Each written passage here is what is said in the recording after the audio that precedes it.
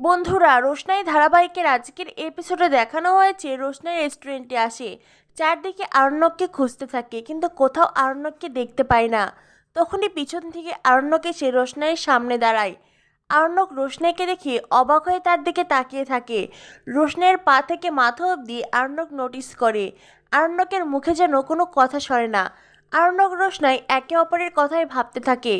এরপরেই আরণ্যক রোশনাইকে দেখতে দেখতে পা পিছলে পড়ে যেতে চায়। রোশনাই বলে, স্যারজি, এই বলে আরণ্যককে ধরে ফেলে। আরণ্যক বলে, রোশনাই, এই বৃষ্টির মাঝেও তুমি যে এইভাবে আসতে পারবে আমি তো ভাবতেই পারিনি। রোশনাই বলে, স্যারজি, আমি একটু আগেই বেরিয়েছিলাম। এরপরেই রোশনাই আরণ্যক রেস্টুরেন্টের ভেতরে যায়। আরণ্যক রোশনাইকে বলে, রোশনাই, তুমি বাড়িতে কি বলে বের হলে? রোশনাই বলে, স্যারজি, সেই সব কথা পরে হবে, আগে এই নিন, এটা আপনার জন্য। এই বলে রোশনাই আরণ্যকের হাতে ফুলের বুকে তুলে দেয় আর বলে, স্যারজি, হ্যাপি বার্থডে। যদিও আমি জানি এখনো কিছুটা সময় আছে, তবুও। আরণ্যক বলে, রোশনাই, এটা আমার কাছে সত্যিকারের জন্মদিন, আমার কাছে ভীষণ স্পেশাল। রোশনাই বলে, কেন?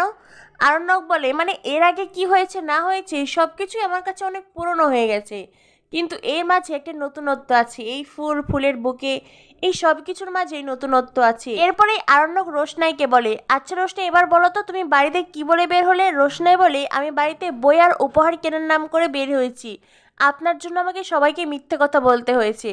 আরণ্যক বলে, আমার জন্য না হয় একটু মিথ্যে কথা বললে, এটাও তোমার জন্মদিনের জন্যই বলেছো তাই না? এরপরে রোশনাই লক্ষ্য করে বাহিরে প্রচন্ড ঝড় বৃষ্টি হচ্ছে। রোশনাই বলে, স্যারজি দেখুন, বাইরে তো ঝড় বৃষ্টি বেড়েই চলেছে, আমরা এখন বাড়িতে ফিরবো কি করে? এখন তো বাড়িতে ফেরা নিয়ে আমার বেশি চিন্তা হচ্ছে। আরণ্যক বলে, রোশনাই, একদম ভেবো না, এই ঝড় বৃষ্টির মাঝেও একটা নতুনত্ব আছে। আমার জন্মদিনে আগে কখনো ঝড় বৃষ্টি হয়েছে কিনা আমার মনে নেই, কিংবা আদেও হয়েছে কিনা আমি জানি না, তবে এই বাড়ির সব কিছু আমার কাছে ভীষণ নতুন। এরপরে আরণ্যক রোশনাইকে বলে, রোশনাই, আমি তো ভাবতে পারছি না তুমি আজ আমার সঙ্গে দেখা করতে এসেছো। রোশনাই বলে, স্যারজি, আমি তো বেনারস চলেই যাব, আর যাওয়ার আগে আপনার এতটুকু ইচ্ছে পূরণ করব না? আপনি মুখ ফুটে প্রথমবার আমার কাছে কিছু চাইলেন। আরণ্যক বলে, রোশনাই, তুমি কি আমাকে দয়া করলে? রোশনাই বলে, স্যারজি, আপনাকে আর কতবার বলবো, আপনাকে দয়া করার আমি কেউ নই। আপনি এর আগে কত কি করেছেন আমার জন্য বলুন তো, কত বড় বড় কাজ করেছেন আমার জন্য, আর আমি এই সামান্য কাজটুকু করতে পারবো না?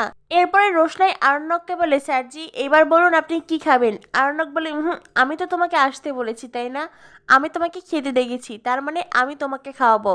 রোশনাই বলে, স্যারজি, আজও তো আপনার জন্মদিন, তাই আপনাকে সবাই খাওয়াবে, আমিও আজ আপনাকেই খাওয়াবো। আরণ্যক বলে, সবাই তো আমাকে খাওয়াবে রোশনাই, আর আমি তোমাকে খাওয়াবো।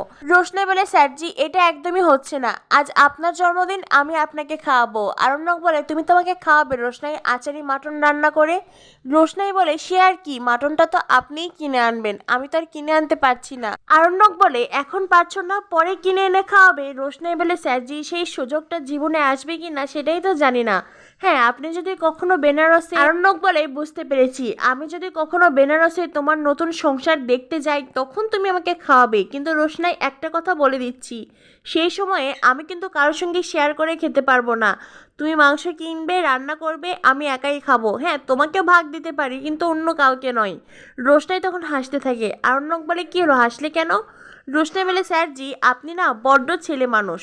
আরণ্যক বলে, আমি তোমার কাছে আচারি মাটন খেতে চাইলাম আর অমনি আমি ছেলে মানুষ হয়ে গেলাম, তাই তো? রোশনাই বলে, ঠিক আছে, বেশ, সেটা না হয় পরে দেখা যাবে, যখন হবে তখন দেখে নেব। এরপরে রোশনাই আরণ্যক দুজনেই হাসতে থাকে।